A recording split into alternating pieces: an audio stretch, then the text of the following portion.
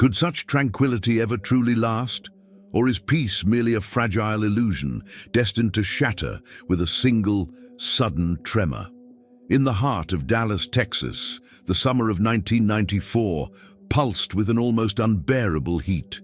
A relentless sun beating down on dusty streets and lush green lawns alike. It was a summer of long days, endless skies, and the comforting hum of cicadas, a backdrop against which life unfurled with a deceptive, almost cruel predictability. Yet, within this sun-drenched tableau, a shadow loomed, unseen and unheard, waiting for its opportune moment.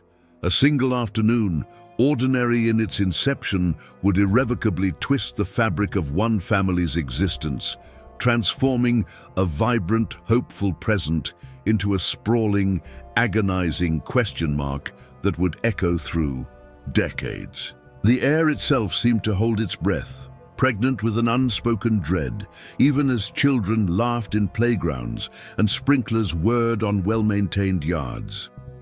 The very ordinariness of those days would, in retrospect, become the most haunting detail of all, a stark contrast to the gaping void that was about to open. The gentle breeze, the scent of freshly cut grass, the distant chimes of an ice cream truck, all these seemingly innocuous elements conspired to weave a tapestry of such profound normalcy that it felt impregnable, a shield against the chaos of the outside world.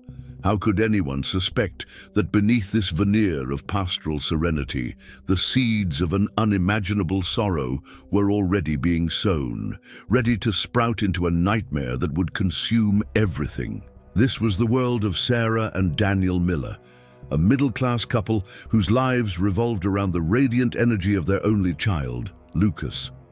At 7 years old, Lucas was a whirlwind of motion, a boy with an infectious grin that could chase away any cloud, and eyes that sparkled with an insatiable curiosity, always eager to explore, to question, to understand.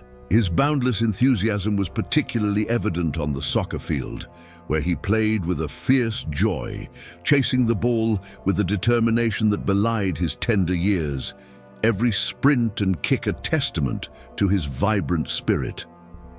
For Sarah, a gentle and meticulous woman, Lucas was the beating heart of their home, her reason for waking each morning with purpose, her thoughts constantly orbiting around his well-being and happiness. And Daniel, a sturdy, practical man, found his greatest fulfillment in teaching Lucas how to kick a ball, how to tie his shoes, how to navigate the small wonders of the world, imparting lessons that went beyond skill, touching on resilience and curiosity. Their love for Lucas wasn't just present, it was the very air they breathed, a tangible force that filled every corner of their modest yet warm home, a fortress of affection. They were a family unit built on a foundation of shared laughter, whispered bedtime stories, and the quiet certainty of unconditional affection, a bond that felt unbreakable, eternal. The rhythms of their lives were a comforting melody of predictability, each day a new verse in a familiar, cherished song. Mornings in the Miller household unfolded with a familiar, almost ritualistic grace. The aroma of freshly brewed coffee mingled with the sweet scent of Lucas's sugary cereal, a domestic symphony that marked the beginning of each day, a prelude to the usual bustle. Daniel, ever punctual, would gently rouse Lucas from his sleep, a sleepy-eyed boy, slowly transitioning into the energetic bundle of nerves ready for another day of school, his excitement barely contained. Sarah, meanwhile, would be in the kitchen carefully packing Lucas's lunchbox, ensuring it contained his favorite peanut butter and jelly sandwich, a small bag of crunchy carrots, and a vibrant juice box, each item a testament to her thoughtful care. These seemingly insignificant acts were threads woven into the tapestry of their love, small gestures that spoke volumes of their devotion, forming an intricate pattern of care and connection. Daniel would then drive Lucas to school, a short, familiar route down tree-lined streets, their conversations light and filled with Lucas's excited chatter about his friends or the upcoming soccer practice. mundane moments imbued with precious meaning. The emphasis in their lives, unspoken yet deeply felt, was on the normality and the security of their world, a reality they had carefully constructed and fiercely protected. Their neighborhood, with its manicured lawns, blooming rose bushes and friendly faces waving from porches, felt like an impenetrable sanctuary, a place where doors were often left unlocked and children played freely until dusk. The school, a sturdy brick building with a sprawling, sun-drenched playground buzzing with youthful energy, was another bastion of safety, a place where children were meant to learn and play without a care in the world, under the watchful eyes of dedicated teachers. They trusted the system, the educators, the other parents, their faith in the community unwavering and absolute. There was an innocence to their belief that the ordinary course of events would simply continue, undisturbed by the darker currents that sometimes churned in the wider world, a serene conviction in the inherent goodness of their surroundings. Their lives were a testament to the quiet strength of routine, the unshakable faith in the day-to-day, a beautiful, fragile balance that seemed destined to endure. This unwavering certainty, this profound sense of security, would later become the most cruel irony of all, a stark reminder of how quickly the mundane can descend into the catastrophic, how effortlessly the familiar can become terrifyingly alien. Every evening, after dinner, they would gather in the living room, Lucas nestled comfortably between his parents on the plush sofa, sharing stories from their day, the television humming softly in the background. These were moments brimming with simple, profound joy, filled with the promise of a harmonious future, plans woven from dreams and everyday ambitions. They talked about future vacations to the beach, about Lucas's dreams of becoming a professional soccer player, scoring the winning goal in a stadium filled with cheering fans, about the small, everyday triumphs and challenges that knit a family together, making them stronger. There was an unyielding hope, a quiet optimism that permeated their home, a belief that their collective future stretched out before them, bright and unblemished, a canvas waiting for their shared masterpiece. The love they shared was not just an emotion, it was a living, breathing entity, a shield against the world's harshness, a beacon in any potential storm. They believed in the power of their bond, in the sanctity of their home, in the enduring strength of their family unit, a testament to their unwavering faith. They held firm to the conviction that they were safe, protected, blessed, impervious to the shadows that haunted other families. But what happens when the very ground beneath your feet gives way, when the foundations of your safety are suddenly violently torn apart? What happens when a love so profound is met with an absence so absolute, an emptiness that swallows light and sound, leaving only a chilling echo?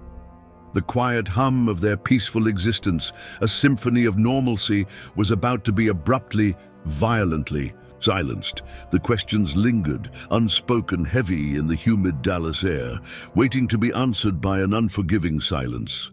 How quickly does the fragile innocence of childhood shatter, and what indelible scars does its destruction leave upon the landscape of a family's soul?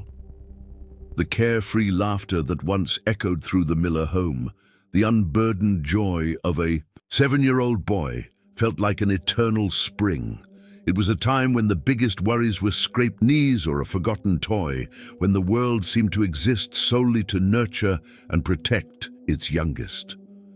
The afternoons in the Miller household were just as harmonized as the mornings, each moment a precious thread in the comforting routine. After the final bell of the school day chimed, signaling freedom, Lucas would burst through the front door, his energy undiminished, eager to recount the day's adventures, a whirlwind of stories about recess games and classroom antics.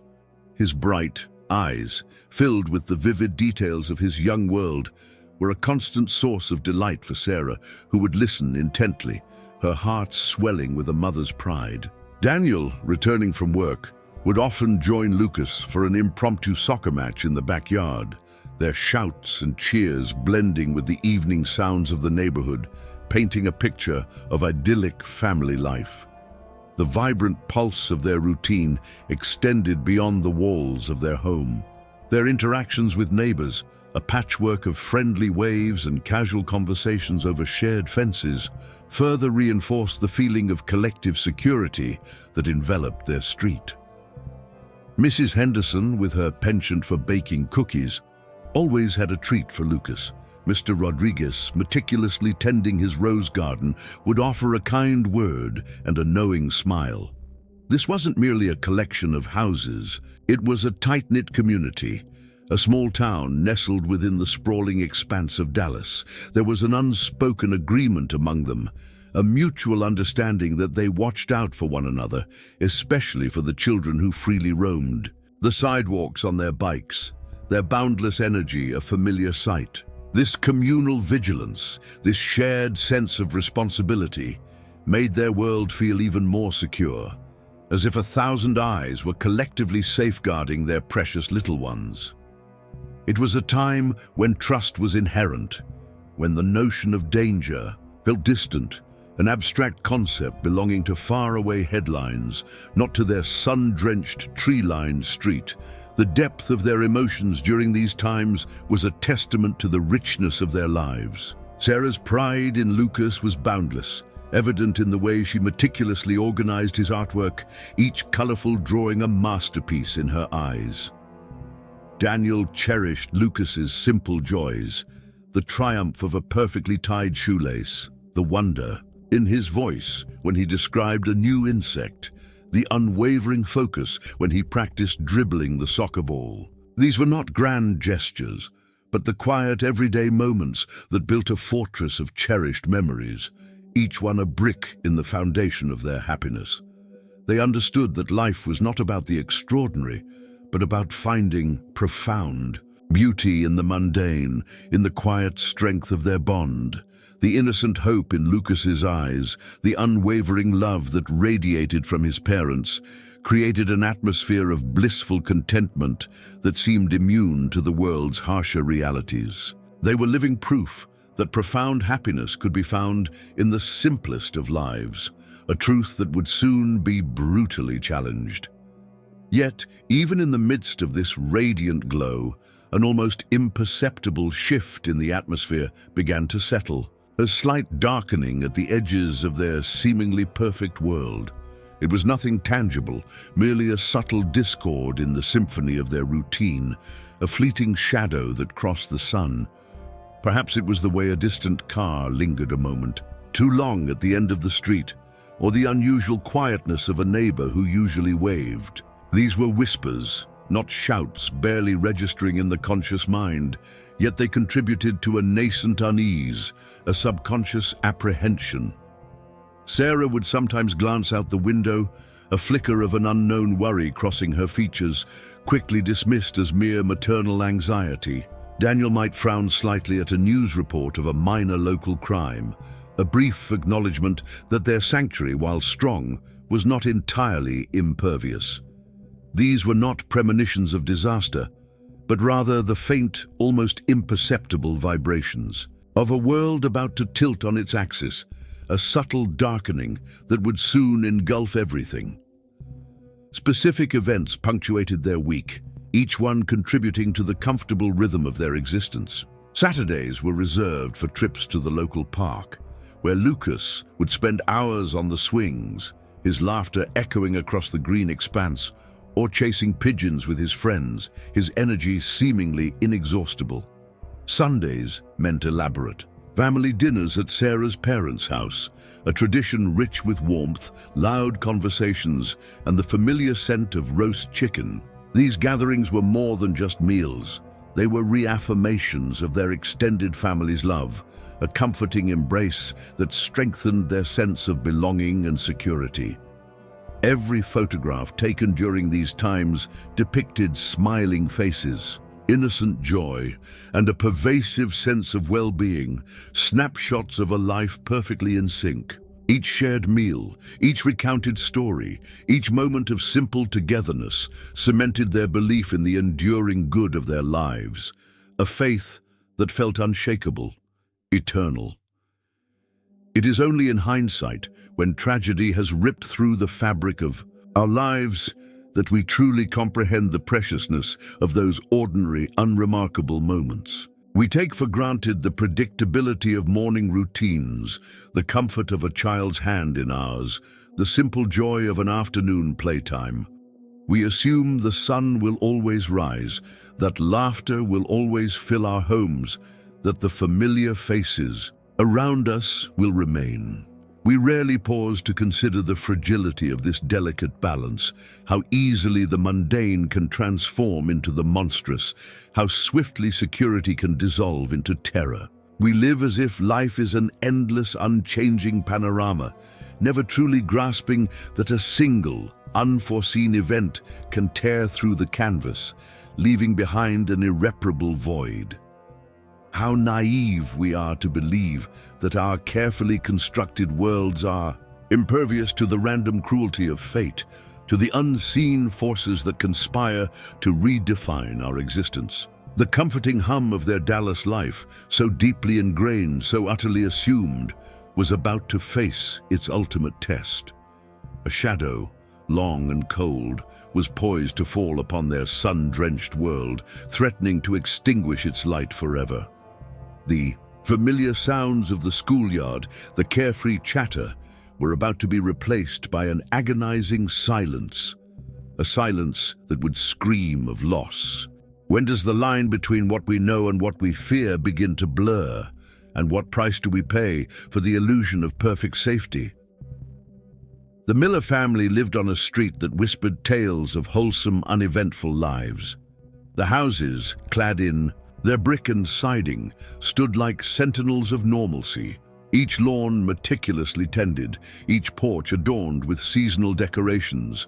It was the kind of place where children rode bikes without helmets, where screen doors slammed with a cheerful rhythm, and where the biggest drama was often a misplaced garden gnome. The community itself was a living, breathing testament to the American dream, a place where families settled, grew, and flourished, believing in the inherent goodness of their surroundings. This collective trust, this unwavering faith in the fabric of their daily existence, fostered a profound sense of peace. It was a peace so deeply ingrained, so utterly assumed, that its sudden absence would feel not just like a loss, but like a violent tearing, a betrayal of everything they held dear. The very air of the neighborhood, usually thick with the scent of barbecue and blooming jasmine, seemed to hold a promise of continuity, an assurance that tomorrow would always mirror today. Lucas, with his quick wit and boundless energy, was a beloved figure on the street. His presence was a vibrant splash of color in an already bright landscape. He was the kind of boy who would share his last cookie with a friend, who would always offer a helping hand to a neighbor, who would stop to admire a particularly bright butterfly. His laughter was a familiar melody, echoing from the swing set. In the backyard, from the sidewalk where he played hopscotch, from the schoolyard where he chased soccer balls. For Sarah and Daniel, seeing Lucas thrive in this nurturing environment was the ultimate validation of their choices, the confirmation that they had built a good life, a safe haven for their precious son. They watched him grow day by day, marveling at his innocence, his unwavering optimism, his pure, unadulterated joy. These observations weren't merely passive, they were active acts of love, moments of profound connection that solidified their bond and deepened their gratitude for the life they had. Lucas was not just their son. He was the embodiment of their hopes, their dreams, their unspoken prayers for a future filled with happiness and fulfillment. The small rituals that punctuated their days were imbued with a significance they only understood later. Daniel's firm hand on Lucas's shoulder as they walked to the car each morning, a silent promise of protection. Sarah's lingering kiss on his forehead before he left for school, a maternal blessing for the day ahead. These were not just habits, they were anchors, tethering their lives to a sense of order and care. They discussed Lucas's progress at school, his latest drawings, his budding friendships, all with a quiet confidence in the future. Their conversations were laced with plans: a summer trip to the Grand Canyon, saving up for a new swing set, Lucas's next birthday party, each detail meticulously considered, each possibility a testament to their unwavering hope.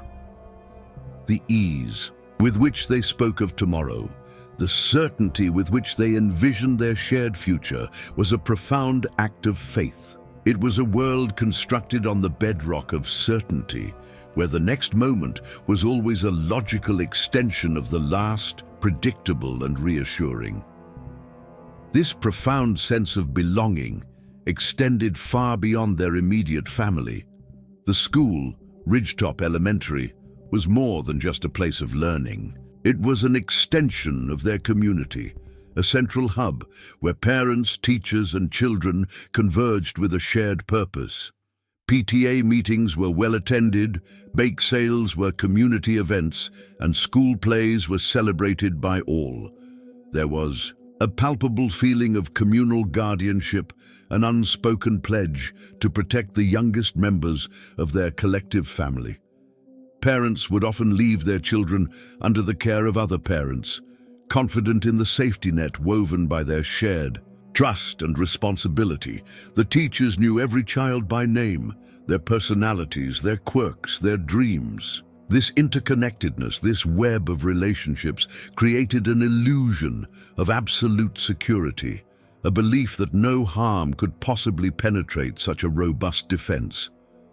They lived with the conviction that their children were enveloped in a protective bubble, shielded from the harsh realities of a world they preferred to keep at bay, a world that seemed to exist only in news reports from distant cities. But beneath the surface of this idyllic existence, a subtle, almost imperceptible current of fragility ran. It was the fleeting thought in Sarah's mind as she watched Lucas run out to play. What if? Quickly dismissed as an irrational fear. It was the way Daniel would double-check the locks at night, a habit born more of responsibility than genuine anxiety. These were tiny cracks in the facade, hairline fractures in the veneer of their perfect world, easily overlooked, easily rationalized. They were the whispers of doubt, fleeting and ephemeral, never allowed to fully form into concrete fears. How often do we, in our pursuit of happiness and security, blind ourselves to the subtle warnings, the faint tremors that precede an earthquake?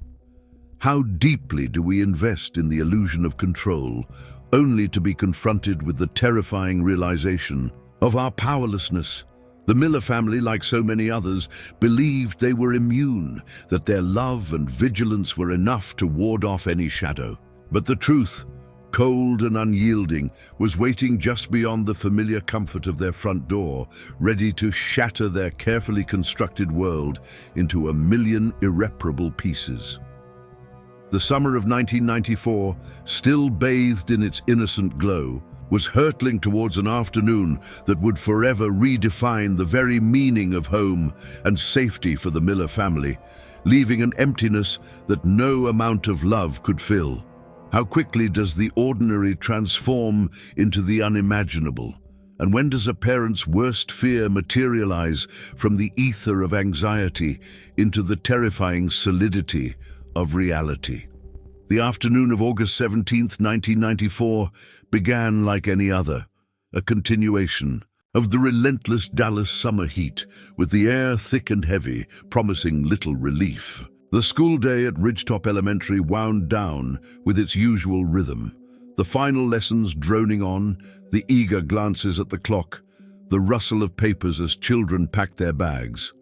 Lucas Miller, vibrant and full of life, was last seen on the dusty schoolyard, a place where countless hours of innocent play had unfolded. He was dribbling his worn soccer ball, a gift from Daniel, near the chain-link fence that bordered the school property, laughing with a group of friends. The scene was one of utter normalcy, a snapshot of childhood innocence, devoid of any discernible threat, yet it would forever be etched into the collective memory as the final image of a boy before he vanished into thin air. the sun still high. In the sky cast long, playful shadows, completely unaware of the sinister turn of events that was about to unfold, unaware that it was witnessing a final, fleeting moment of peace. The final school bell, a shrill, insistent sound that usually signaled joy and release, would, on that fateful day, become an ominous chime ringing in the beginning of a nightmare. Children poured out of the brick building, a torrent of youthful energy, their excited chatter filling the air as they rushed towards waiting parents or the freedom of their walk home. Daniel, punctual as ever, pulled his old sedan up to the curb, a small smile already forming on his lips as he anticipated Lucas's usual enthusiastic sprint towards him. He waited and waited. Minutes stretched into an eternity. Other children were picked up, their voices fading into the distance. The schoolyard, moments ago a vibrant hive of activity, slowly emptied, its dust settling back into an unsettling stillness. The silence that descended was heavy, unnatural, a stark contrast to the lively sounds that usually accompanied school dismissal. Daniel's smile faltered, replaced by a growing knot of unease in his stomach, a premonition of something deeply, terribly wrong. He scanned the receding figures, his eyes darting frantically across the deserted playground, each passing second tightening the grip of dread around his heart. Then a discovery, seemingly minor at first, but one that would soon take on a terrifying significance. Near the chain-link fence where Lucas had last been seen playing, his bright red backpack lay on the ground, abandoned. It was open, its contents spilled across the dry earth. A half-eaten apple, a crumpled drawing of a superhero, a small, well-loved action figure. But it was not the scattered items that chilled Daniel to the bone. It was the backpack itself.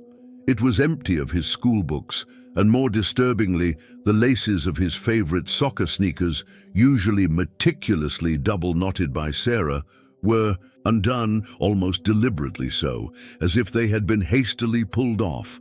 What force could have caused a meticulous child like Lucas to leave his backpack, much less his beloved shoes, in such disarray, untouched by him? This small, seemingly innocuous detail, a simple pair of untied shoelaces, whispered of an interruption, a sudden, inexplicable departure from routine, hinting at a struggle or a swift, unexpected movement. Daniel's breath hitched in his throat, a cold dread washing over him, instantly eclipsing the Dallas heat. The world, just moments ago so familiar and predictable, began to spin with a disorienting, terrifying speed. The initial tremor of unease quickly escalated into a full-blown earthquake of terror. Daniel, now propelled by a primal fear, ran into the school, his shouts of "Lucas, Lucas!" echoing through the empty halls, each call more desperate than the last. Teachers, packing up their classrooms, emerged with concerned expressions, their answers vague, their reassurances hollow. No one had seen Lucas after the final bell. He simply wasn't there. Sarah received the frantic phone call from Daniel, her husband's voice a raw, broken sound she barely recognized. The words, "Lucas is gone," pierced through her like shards of ice, shattering her world in an instant. Her hands began to tremble uncontrollably, the phone almost slipping from her grasp as a wave of nausea washed over her. The once vibrant and bustling Miller home was suddenly filled with a suffocating silence, broken only by Sarah's gasps and the frantic beating of her own heart, a drum solo of impending heartbreak. Within minutes, the quiet neighborhood was transformed into a scene of frantic chaos. Daniel had raced home, his face ashen, while Sarah, still reeling, was already on the phone with the police, her voice shaking as she relayed the horrifying details. Neighbors, alerted by the unusual commotion and the sight of Daniel's desperate face, began to gather.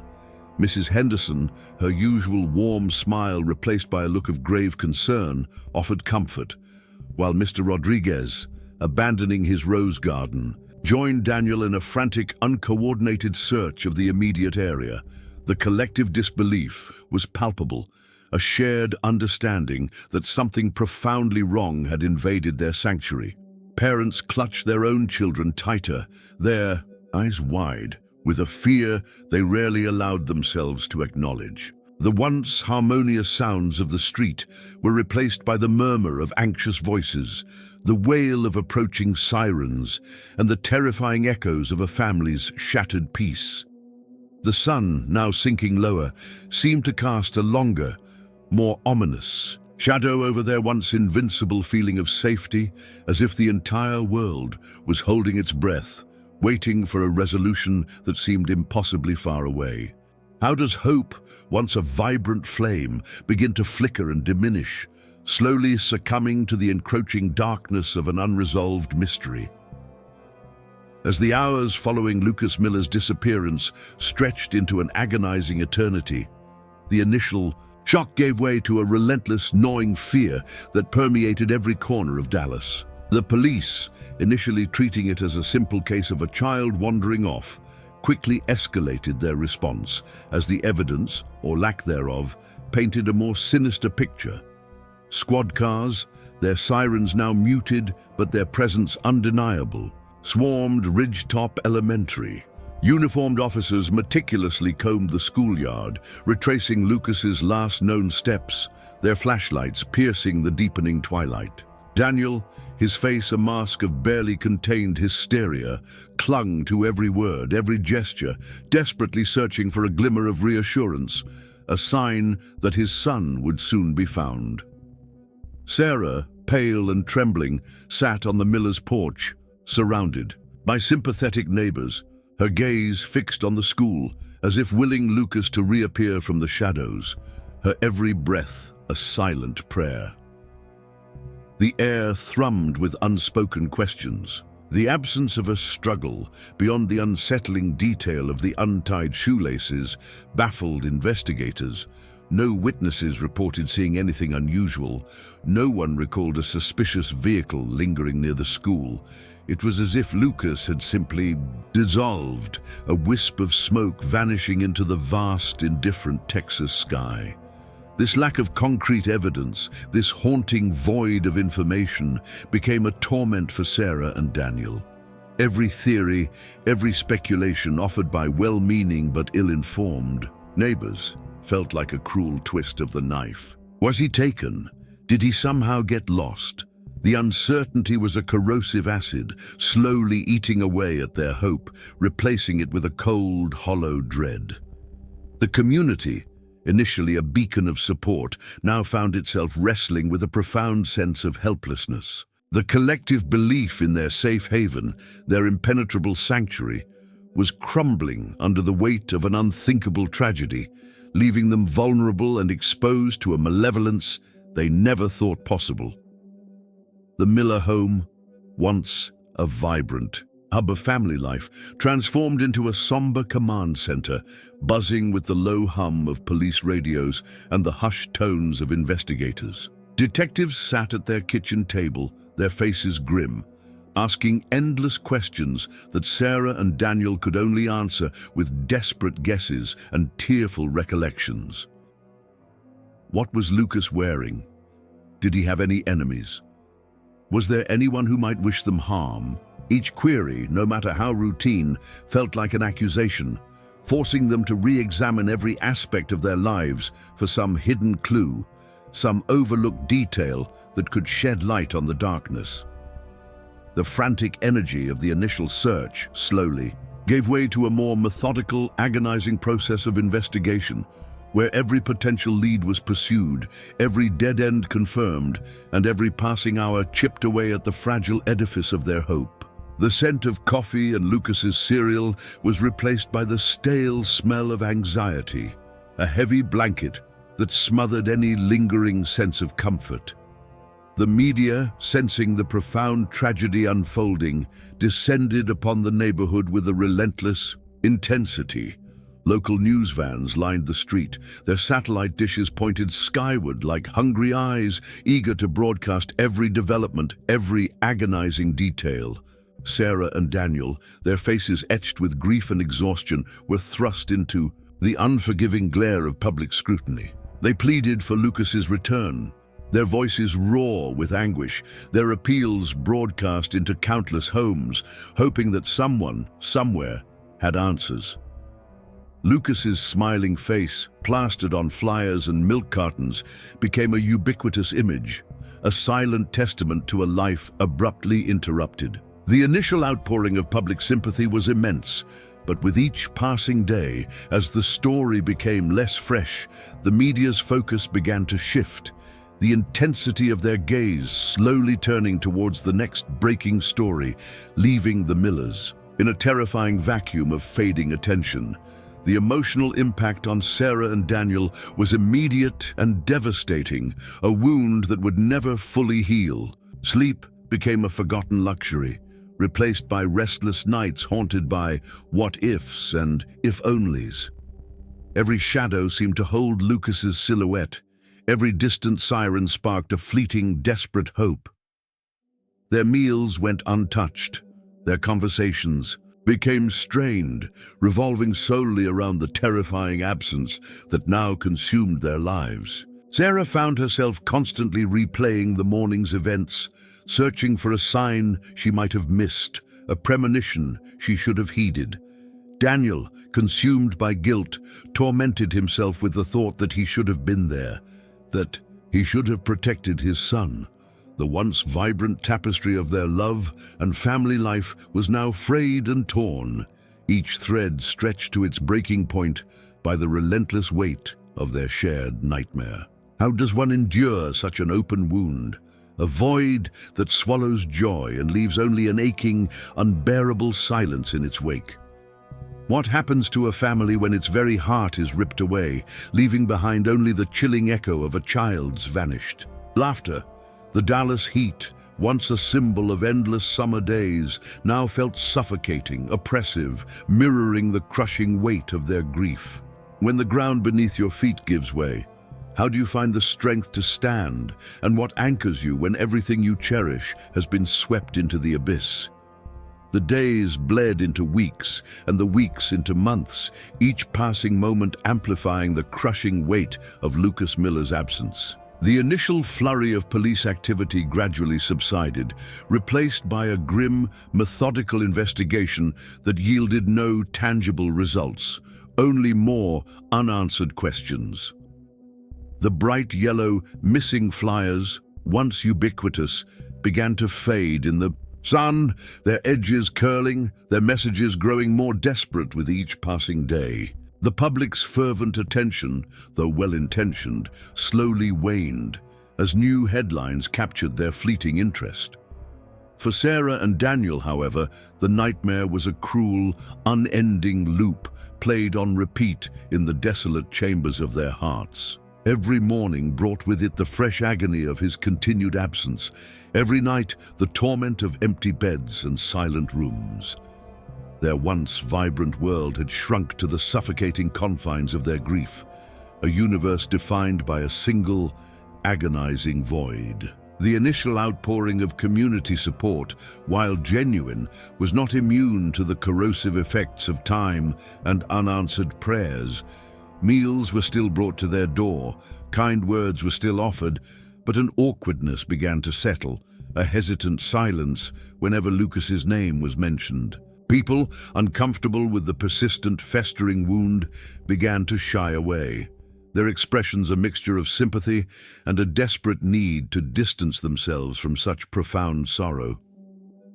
The Miller home, once a beacon of warmth and familial joy, became a place many avoided, as if Lucas's disappearance was a contagious illness, a shadow that could fall upon their own lives. Sarah found herself retreating, the well-meaning glances and whispered condolences feeling less like comfort and more like painful reminders of her loss.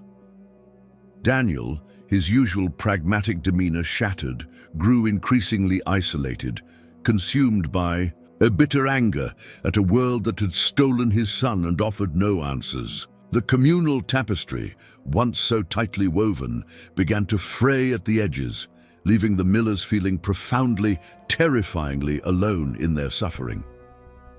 The investigation, despite the tireless efforts of Detective Ramirez, the lead officer on the case, stalled. Every lead dried up, every tip proved false. The school staff were interviewed countless times, their accounts consistent, their memories offering no critical insight.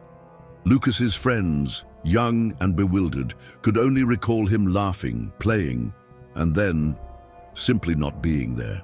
The area surrounding the school was scoured repeatedly, but no trace of Lucas, no piece of clothing, no further discarded item ever surfaced. It was as if the earth itself had swallowed him whole, leaving behind only the ghost of his last known steps. Detective Ramirez, a seasoned officer who had seen his share of tragedy, found himself increasingly frustrated by the impenetrable wall of silence. The lack of any concrete evidence, any definitive direction, was a torment, transforming the case into a haunting enigma that defied all logical explanation. The case file grew thicker with reports and interviews, but thinner with hope, becoming a monument to a mystery that refused to yield its secrets.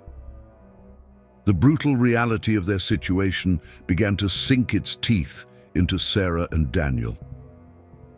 The initial surge of adrenaline, fueled by the desperate hope of his immediate return, slowly dissipated, replaced by a crushing weariness. They stopped eating, their bodies running on the fumes of anxiety and grief. Sleep offered no solace, only nightmares of Lucas's face, fading just beyond their grasp. Their once vibrant conversations dwindled to strained silences, punctuated by frustrated sighs or choked-back sobs. The dreams they had shared for Lucas's future, college, marriage, children of his own, evaporated, replaced by the stark, terrifying question of whether he was even alive. Their bond, once their greatest strength, now felt like a shared prison of anguish, each glance a painful reminder of their collective failure to protect him. The laughter, the joy, the profound love that had defined their lives all seemed to have been swallowed by the terrifying silence that Lucas's absence had left behind. How can a family navigate the treacherous currents of such profound, unending grief when there is no closure, no body to mourn, no answers to provide even a semblance of understanding? The emotional landscape of Sarah and Daniel was ravaged, laid bare by the relentless storm of uncertainty. Sarah, clinging to the smallest thread of hope, poured her energy into organizing search parties, her voice hoarse from shouting Lucas's name. Daniel, on the other hand, retreated inward, his once open demeanor hardening into a shield of despair, his eyes hollow with a pain too deep for words. The stark contrast in their coping mechanisms created a widening chasm between them, transforming their shared agony into an isolating burden. The question of why became a relentless echo in their minds, a torturous mantra that offered no relief, only further torment. The cheerful yellow paint on Lucas's bedroom walls seemed to mock them now, a cruel reminder of the innocent joy that had once filled that space. Each tick of the clock was a hammer blow, driving deeper the nail of their despair, confirming that, with every passing second, Lucas was drifting further away, swallowed by the terrifying unknown. The relentless Dallas heat, once a symbol of boundless summer, now felt like a suffocating shroud, pressing down on their shattered lives, mirroring the crushing weight of their despair. Their world, once a vibrant canvas, had become a bleak, monochromatic landscape, painted entirely in shades of sorrow and unanswered questions. When the passage of time becomes both a torment and a strange kind of anesthetic, how do we reconcile the ghosts of the past with the relentless march of the present? 2 decades unfolded since Lucas Miller vanished from that Dallas schoolyard. 20 years that slowly calcified into a heavy, unyielding silence. The vibrant colors of 1994 had faded into muted tones, the sharp edges of grief dulled by the sheer weight of time, yet never truly disappearing. For Sarah and Daniel, the intervening years were a relentless, agonizing passage, marked not by milestones, but by absences. Their once unified life, built on shared dreams and unwavering love, had fractured under the immense pressure of an unresolvable sorrow. The house, once alive with Lucas's laughter, became a mausoleum of memories, each room echoing with a ghost that only they could hear. The neighborhood, too, had changed, its once tight-knit community now more transient, its collective memory of Lucas slowly fading, replaced by newer faces and different stories. But some wounds refused to heal. Some questions refused to be silenced, lingering like a phantom limb, a constant, aching reminder of what was lost. The passage of time can conceal, but it rarely truly erases. The cruel hand of time had reshaped Sarah and Daniel in unimaginable ways. Daniel, once a man of unwavering practicality and quiet strength, had become a shadow of his former self. His days were now a monotonous cycle, punctuated by the clinking of ice in a glass and the numbing embrace of alcohol, the frustration of unanswered questions. The guilt of a father who couldn't protect his son had festered into a corrosive bitterness that permeated his every waking moment. He found solace in isolation, his home a fortress against a world that had betrayed him. Sarah, on the other hand, channeled her grief into a relentless, almost desperate purpose. She became a tireless advocate for other parents of missing children, her slender frame a surprising vessel for such unwavering determination. Her office was filled with photographs of other lost faces, her days consumed by calls, meetings, and the endless pursuit of answers that might never come. Their marriage, once a beacon of love and resilience, had buckled under the unbearable strain, each partner carrying their own unique burden of sorrow, unable to bridge the chasm that had opened between them. Their shared tragedy had ultimately driven them apart, two planets forever orbiting the black hole of Lucas's disappearance, never to truly touch again. Then, just as the memories of Lucas had begun to recede into the realm of local legend, a new tremor shook the quiet foundations of their past. 2 decades after Lucas vanished, a construction crew, breaking ground for a new community center on the old Ridgetop Elementary site, unearthed something from the Dallas soil. It wasn't a grand discovery, not a treasure or a historical artifact. It was a single, small, mud-caked item, buried not deeply, but just enough to be hidden from casual sight. As the earth fell away, a familiar yet chilling shape emerged. A child's sneaker. It was a generic model, common enough in the 90s, but something about its size, its style, sent an immediate cold shiver down the spine of anyone who remembered the Miller case. The discovery was modest, easily dismissed by an outsider. Yet, for those who knew the story, it resonated with an unsettling power, a silent scream from the past. The dusty earth, which had held its secrets for so long, had finally decided to relinquish a piece of its grim truth. A truth that promised to tear open old wounds and ignite new questions that had long been left dormant. The unearthed sneaker, a solitary sentinel from a bygone era, immediately reignited the long-dormant embers of the Lucas Miller case. The local news, hungry for a fresh angle on an old tragedy, breathlessly reported the discovery, once again flashing Lucas's innocent, smiling face across screens. For Sarah, the news was a brutal reopening of a wound she had tried so hard to cauterize, a fresh wave of grief washing over her with sickening familiarity. For Daniel, it was a cruel resurrection of his darkest demons, the bitter anger and profound guilt returning with renewed ferocity. The police, under pressure from a suddenly re-engaged public, cautiously reopened the file, their expressions a mixture of weary obligation and a faint, almost desperate hope that this time something truly concrete might emerge. The sneaker was sent to the state lab, every fiber, every particle of dried mud meticulously analyzed, as if the artifact itself held the answers that had eluded them for 20 agonizing years. The collective gaze of the community, long diverted, was once again fixed on the silent, dusty schoolyard, now transformed into a potential crime scene. Yet, as often happens in the labyrinthine world of cold cases, the path to truth was not straight, but riddled with twists and turns, false promises and dead ends. The initial forensic analysis of the sneaker proved inconclusive, offering no immediate DNA match, no definitive link to Lucas Miller.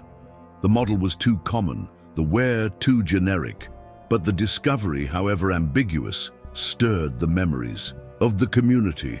New tips, some genuine, many fabricated, began to flood the reassigned detective's desk.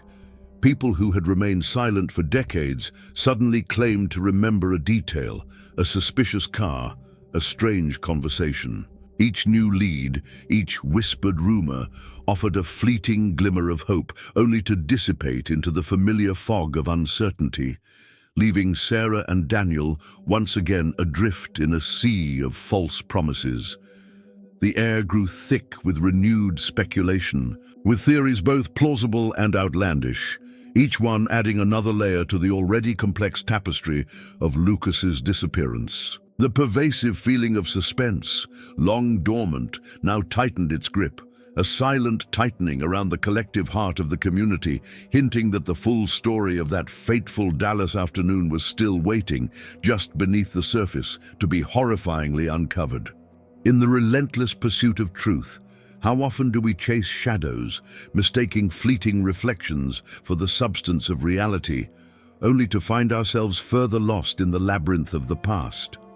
The unearthed sneaker, despite its initial forensic ambiguity, acted as a catalyst, stirring a pot of long-dormant secrets and half-forgotten memories within the Dallas community.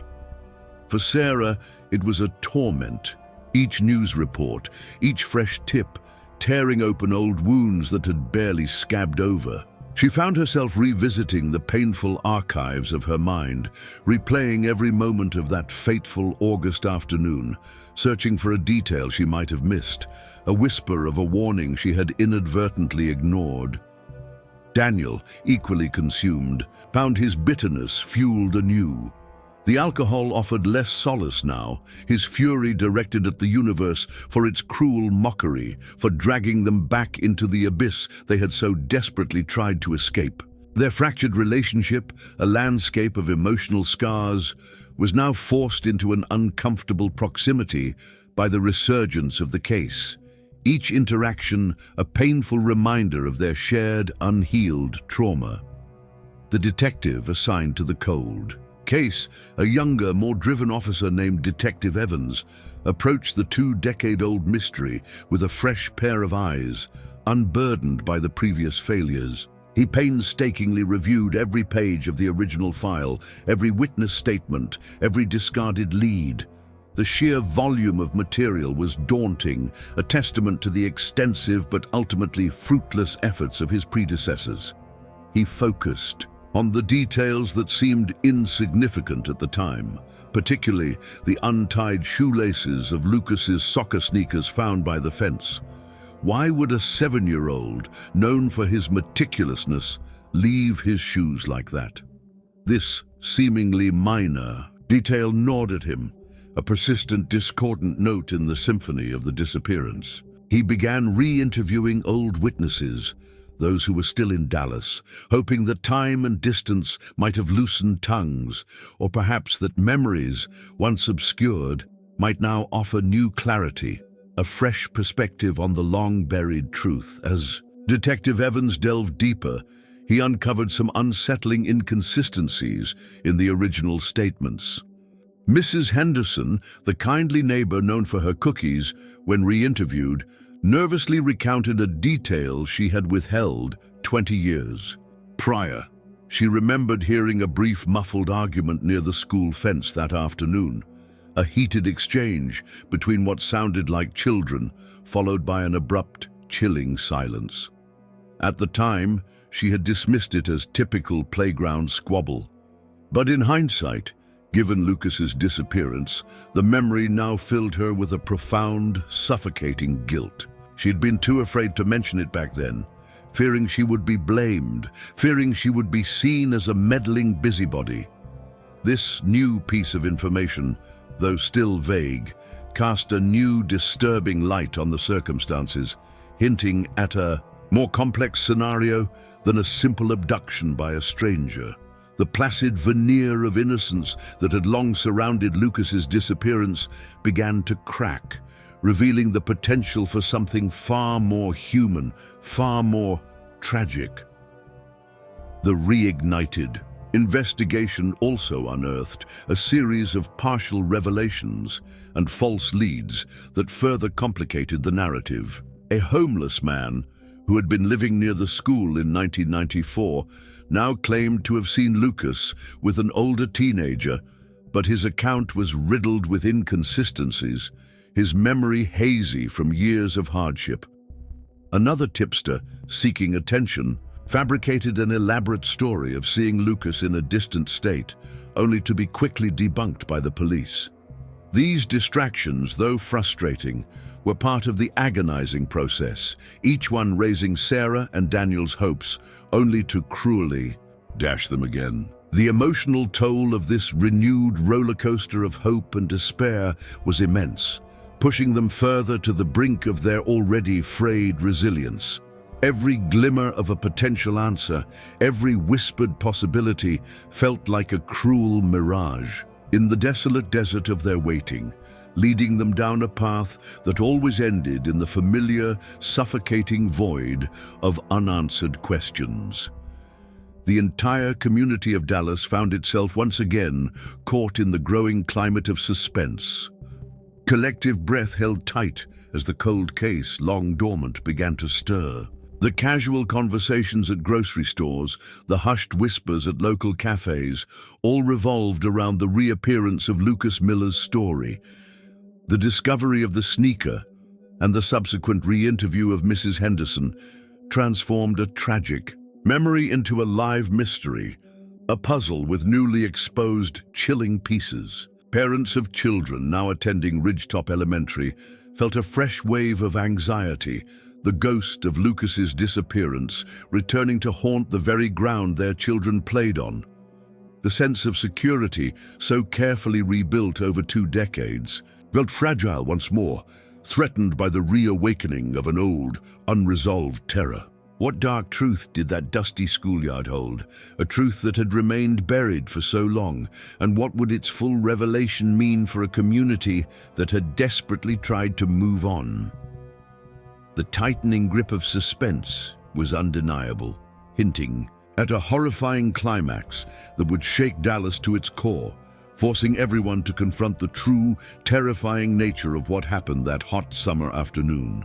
When the past refuses to stay buried and forgotten details claw their way back to the surface, what secrets are truly safe from the unforgiving light of a reopened investigation? The discovery of the sneaker, rather than providing immediate answers, served as a grim key, unlocking a Pandora's box of suppressed memories and long-held anxieties within the Dallas community. Detective Evans, relentless in his pursuit, revisited every single child who had been with Lucas on the schoolyard that afternoon, now adults grappling with the weight of a childhood trauma. Most offered the same hazy, half-remembered accounts they had given as children, but one name kept surfacing in his notes, a name that was strangely absent from the most detailed files. Emily, Lucas's best friend. Emily Sanchez had moved away from Dallas with her family less than a year after the disappearance, a detail that had been overlooked in the initial chaos. She had been a central figure in Lucas's final moments, the last person to have a prolonged conversation with him before the bell rang, yet her statement in the original file was brief and oddly detached. The detective's gut instinct, that nagging professional premonition, told him something was wrong. Her testimony felt rehearsed, edited, lacking the raw emotion one would expect from a child who had lost her best friend. The more he dug, the More he realized Emily had not been fully investigated, her family's sudden move dismissed as a simple change of jobs, and her youthful statement accepted at face value. The sneaker became his new obsession, and the detective's focus shifted from its ambiguous DNA to its more unique features. It was a common model, yes, but upon closer inspection, a small detail emerged that had been missed by everyone else. Sewn into the heel of the shoe was a tiny, intricate stitch in a color of thread that didn't match the shoe at all. A small, vibrant blue. It was almost invisible, a single deliberate thread among hundreds. It was a detail only someone who knew the shoe intimately would recognize. Detective Evans, with a quiet certainty that had been building for weeks, presented the shoe to Sarah, her face a mask of weary sorrow crumpled when she saw it. "That wasn't Lucas's," she whispered, her voice a fragile thing. "It was Emily's. Her mother taught her to sew, and she was always adding little bits of embroidery to her clothes, her shoes. It was her signature." The air in the room grew heavy, a truth both horrifying and deeply sorrowful settling over them. The ghost of Emily, the quiet artistic girl, had now been summoned from the past, her small, seemingly insignificant habit becoming the most vital clue in a case that had stumped law enforcement for 20 years. The revelation was a shattering blow, forcing Sarah and Daniel to confront a new, more painful possibility. The disappearance hadn't been the work of a phantom stranger, but perhaps someone they had known, someone who had been a trusted friend.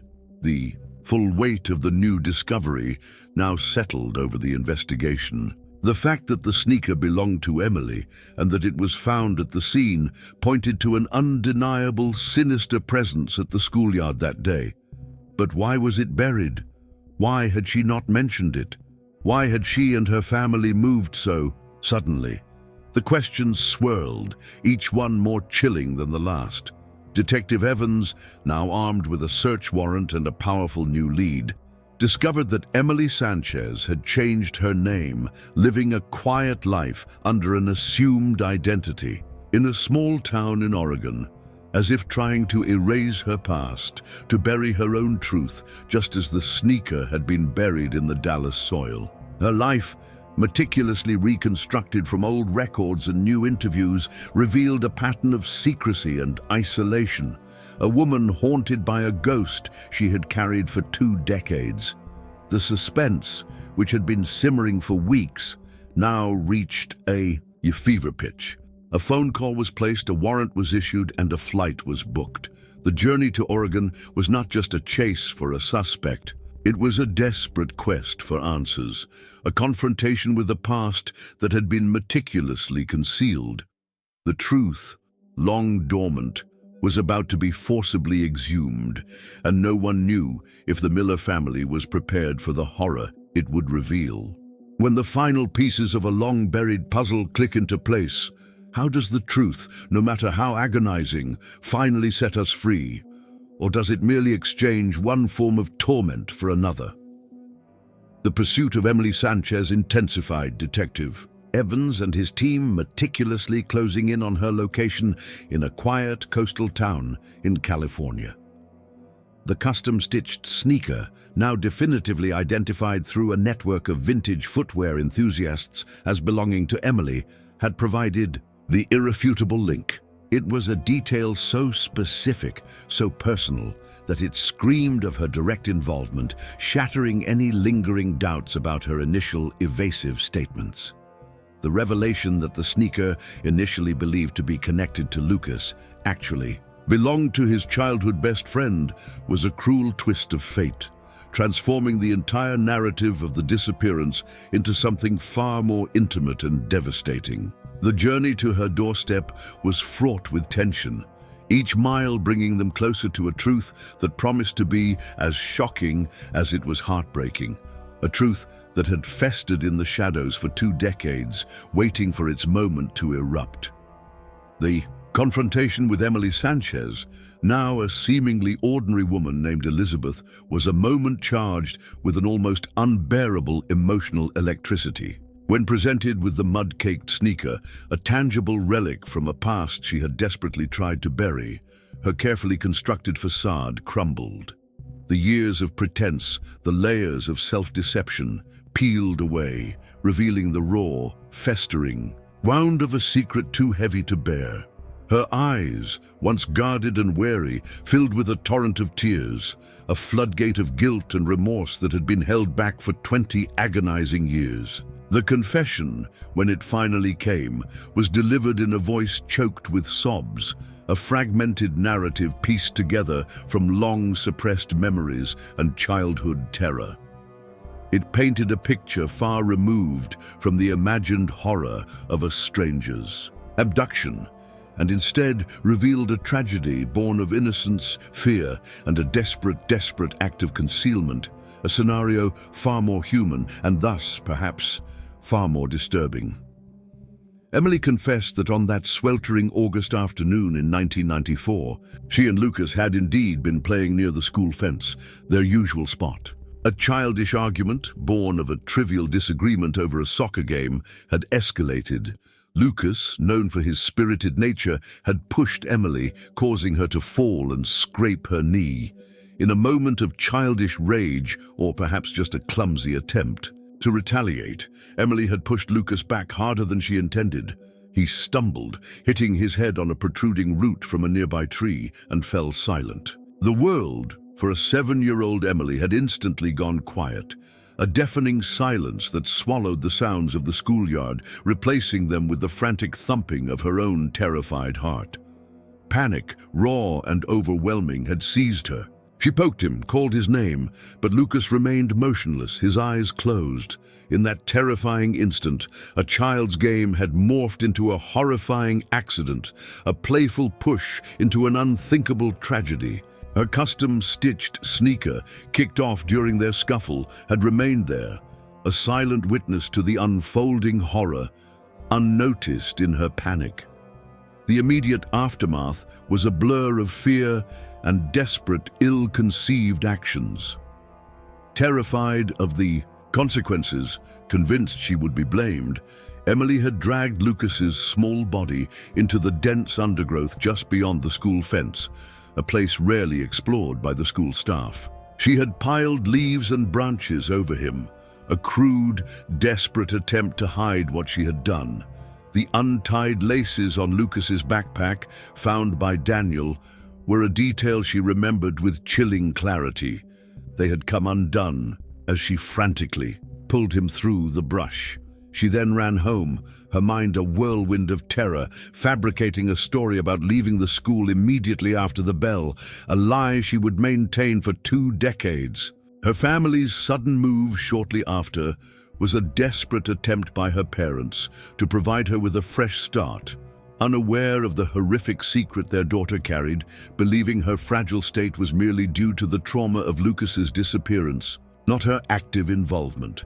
The emotional and psychological consequences of Emily's confession were devastating, ripping open old wounds for everyone involved. For Sarah and Daniel, the truth was a double-edged sword. On one hand, the 20-year-old question of what happened to Lucas finally had an answer, a closure they had desperately craved. But on the other, the reality was almost more unbearable than the uncertainty. Their son had not been taken by a monster, but had died in a tragic accident at the hands of his best friend, a child. The thought that Lucas's last moments were not of terror at the hands of a stranger, but of a childish squabble gone horribly wrong, brought a fresh wave of agony. Daniel's anger, long simmering, now focused its burning intensity on Emily, while Sarah, shattered, felt an overwhelming sense of profound, unbearable sadness. Not just for Lucas, but for the destroyed innocence of both children. The years of imagining a faceless monster now felt almost comforting compared to the brutal, human truth. When the raw, brutal truth finally surfaces, does it offer solace or merely deepen the chasm of despair, replacing one haunting question with another, equally unsettling? Emily Sanchez's confession, a torrent of long-suppressed guilt, provided the agonizing details of Lucas Miller's death, A tragic accident, a childhood prank turned deadly. The image of a 7-year-old girl overwhelmed by terror, desperately trying to conceal her friend's lifeless body, was a horrifying testament to the devastating power of fear. But as Emily recounted the chilling events, a new, perplexing detail emerged, one that further twisted the already convoluted narrative of that fateful Dallas afternoon. She insisted, with unwavering conviction, that while she had dragged Lucas's body into the undergrowth and covered him with branches, she had never, not once, touched or moved her own custom-stitched sneaker after it came off during their initial scuffle. It had remained near the fence, kicked off and forgotten in her panic, a silent, mud-caked relic of their last moments together. This new detail, seemingly minor, sent a fresh wave of confusion through Detective Evans. If Emily had not moved the sneaker, and it was found 20 years later, partially buried at the site of the new construction, then who had put it there? Who had found her shoe, and why would they have buried it near the original site of the accident? The implication was chilling. Another person had been at the schoolyard either during or shortly after the accident. Someone else had discovered Lucas's body, or at least Emily's shoe, and had actively participated in concealing evidence. This wasn't merely a tragic accident anymore. It was an active cover-up, a deliberate act of obfuscation. The revelation ignited a new, agonizing line of inquiry, transforming Emily from a primary suspect into a key witness in a larger, more sinister puzzle. The original "what happened" now gave way to who else knew and why did they help hide it? A question that promised to unveil a new layer of betrayal and deceit. The emotional fallout from Emily's confession was a maelstrom. For Sarah, the initial shock gave way to a profound, unsettling confusion. The idea that another person, an unknown entity, had been involved in the aftermath of Lucas's death was almost too much to process. It meant her son's final moments and the subsequent cover-up were far more complex, far more insidious than a simple accident.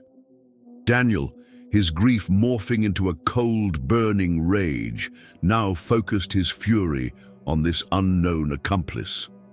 The notion that someone had actively helped to bury the truth, prolonging their agony for 2 decades, was an unforgivable act, a betrayal of the highest order. The hope of a clean, albeit tragic closure evaporated, replaced by the bitter realization that the search for justice was far from over.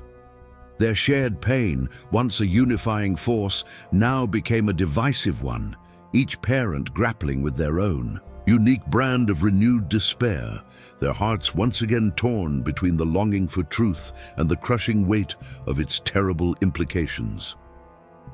The search for the other person began with renewed intensity. Detective Evans, now more determined than ever, re-interviewed everyone who had been near the school on August 17, 1994, scrutinizing their original statements for even the slightest inconsistency.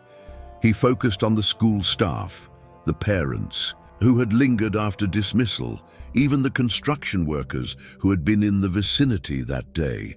Every detail, no matter how trivial, was re-examined through the lens of Emily's new testimony.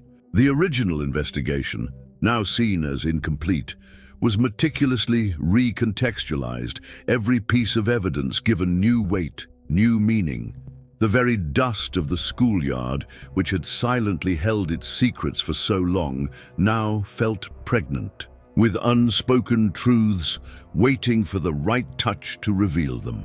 The realization that the truth was not a single, sharp edge, but a complex, multifaceted entity, made the task even more daunting, yet also more compelling, driving the detective forward in his relentless pursuit. Yet, despite Emily's fervent testimony and the renewed police efforts, the identity of the person who moved her sneaker and participated in the cover-up remained an elusive ghost. No new witnesses came forward, no discarded evidence emerged to point a definitive finger, the investigation once again found itself grappling with a chilling absence of concrete proof, a frustrating void that defied their best efforts. Emily could offer no description, her memory of the aftermath clouded by panic and terror. The possibility loomed that this accomplice was someone they knew, someone who had lived in their quiet Dallas neighborhood, someone who had perhaps offered condolences to Sarah and Daniel, all while harboring a dark, unspeakable secret. The body of Lucas Miller, too, remained unfound, swallowed by the earth or moved again by unknown hands, adding another layer of macabre mystery to the already convoluted narrative. How does one truly find peace when the full truth remains obscured, when the final piece of the puzzle is perpetually missing, leaving an agonizing, open-ended question that gnaws at the soul?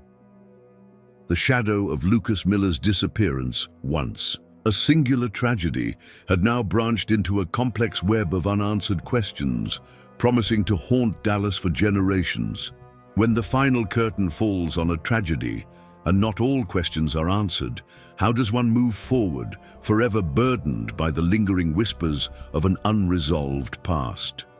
The confrontation with Emily Sanchez, the raw, unfiltered truth of Lucas Miller's accidental death, offered a brutal form of closure for Sarah and Daniel. The 20-year-old question of what happened to their son finally had an answer, albeit one steeped in unimaginable sorrow. But the lingering mystery of the custom-stitched sneaker found decades later, and Emily's adamant denial of having moved it, unveiled a new, more unsettling layer to the tragedy. Someone else had been there.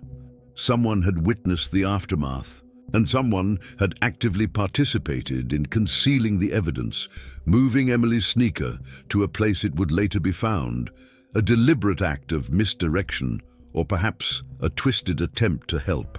Lucas's small body, hidden by Emily in a child's panicked attempt, remained a silent testament to this deeper conspiracy, never to be found, forever denying his parents the solace of a final resting place. The emotional and psychological toll on Sarah and Daniel, already immense, spiraled anew. The truth, instead of offering complete peace, had merely replaced one form of torment with another. Sarah, though grateful for knowing Lucas's fate, was haunted by the image of his last moments, a childish squabble gone tragically wrong. Her mind wrestled with the identity of the unknown accomplice, a phantom figure who had allowed their agony to fester for 2 decades. Daniel's anger, a constant companion, now burned with renewed ferocity, not just at Emily, but at the anonymous individual who had silently contributed to their protracted suffering. Their relationship, already a fragile thing, remained fractured, each grappling with their own distinct anguish, unable to fully bridge the chasm that Lucas's disappearance had carved between them. The emotional landscape of their lives was permanently altered, scarred by the relentless pursuit of truth and the devastating impact of its partial revelation. Despite Emily's full cooperation and Detective Evans's tireless efforts, the identity of the person who moved her sneaker, the mysterious accomplice, remained elusive. The case, now officially a homicide investigation with Emily, charged with involuntary manslaughter and obstruction of justice, carried the weight of this unsolved component. Leads were pursued, theories were debated, but no concrete evidence ever surfaced to definitively point to the other individual. The initial fear, the child's panic, had led to an accident, but the subsequent actions of another party had transformed it into a cold case, a prolonged agony for the Miller family. The police, exhausted and out of viable options, eventually had to concede that the full truth, the complete picture of that Dallas afternoon, might never be known. The case of Lucas Miller, though partially solved, would forever bear the stain of an unanswered question, a missing piece that defied every attempt to find it. The entire community of Dallas, though initially relieved by Emily's confession, found themselves grappling with a new, profound sense of unease. The realization that an unknown perpetrator had lived among them, perhaps for years, silently carrying the burden of their involvement in Lucas's disappearance, sent a collective shiver down their spines. The quaint, peaceful streets, once perceived as safe havens, now seemed to hold a darker undercurrent, a hidden menace that lurked just beneath the surface of everyday life. The body of Lucas Miller, never recovered, became a permanent fixture in the city's collective memory, a symbol of a lost innocence, a reminder of the fragility of life and the enduring power of unresolved mysteries. The very ground of the old Ridgetop Elementary, now a construction site, felt haunted by his unseen presence, a silent sentinel to a truth that refused to be fully exposed, forever guarding its final, most sinister secret. The story of Lucas Miller is not one of neat resolutions, but of the agonizing, enduring power of a mystery that refuses to be fully silenced. It is a haunting reflection on how a single afternoon can forever alter the course of multiple lives, transforming hope into despair, innocence into guilt, and certainty into an endless, aching question mark. The consequences, both emotional and psychological, rippled outwards, affecting not just a family, but an entire community, leaving an indelible mark on the soul of Dallas. It reminds us that sometimes, even with a confession, even with profound effort, the full truth remains, just beyond our grasp, a cruel, persistent whisper in the dark. The search for Lucas Miller had ended, but the search for complete answers, for a full and satisfying justice, continued. An eternal, agonizing pursuit that would define the rest of Sarah and Daniel's lives. The dust of the old schoolyard, disturbed by time, had revealed a part of its grim tale, but the final, most sinister chapter of Lucas Miller's disappearance, the identity of the one who truly tried to bury the truth, remains an enigma. The patio da escola se tornou o cemitério de uma memória, e o fantasma de Lucas continua a assombrar a cidade.